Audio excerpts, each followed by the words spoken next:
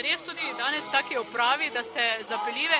Je bilo težko po tem travniku hoditi z visokimi petami?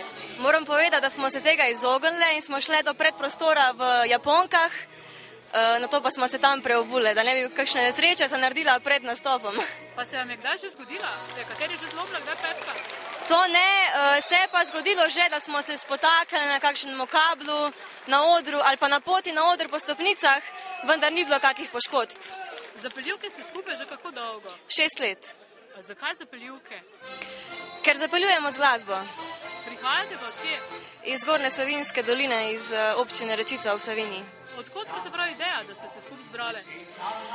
Ideja je bila moja, že prej sem kot solistka harmoniko igrala in nekako so se začele te skupine ženske pojavljati in sem rekla, zakaj pa ne bi tudi jaz nekaj naredila in tako sem najdla punce in smo kar začeli in tudi že kar uspešno 6 let delujemo. Ste ves čas v isti zasedbi? To pa ne. V začetku smo bile 4, potem so pač bile neke neljube okoliščine od raznih zanositve do težkih fantov. Vendar ta ekipa sedaj je zelo, zelo stabilna. Hočem povedati, da z vsako spremembo je tudi kvaliteta rasla in to je dobro. Kaj vam pomeni Vurberški festival? Vurberški festival nam pomeni predvsem dobro promocijo, ker je festival odlično medijsko podprt in pa da nas ljudje, poslušalci, naši zvesti lahko v živo slišijo. Imate tudi kakšen fan svoj? Zaenkrat, če ne, pa razmišljamo o tem. Kaj boste letos še počele? Letos bomo izdale CD ploščo v jeseni. To bo prva? Prva v Sloveniji, izdale smo že na Hrvaškem, ker je pač bilo takrat večje povpraševanje. Kar nekako več v Istri igramo kot v Sloveniji, splet okoliščin nas je pač dol peljal in tako bomo tudi v Sloveniji končno že izdale to dolgo pričakovano ploščo. Pa vendarle, kako so vas v Istri sprejeli? Redki slovenski izvajalci recimo nastopajo tam, bi rekla, da je ravno obratno, ne?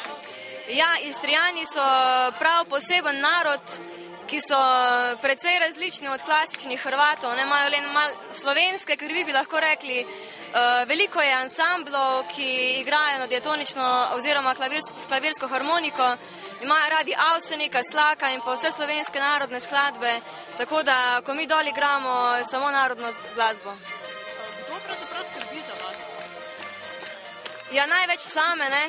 Kakor pravijo, sam moš poskrbeti zase, seveda pa je tle naš menedžer Martin, ki nam vedno stoji ob strani po vseh plateh.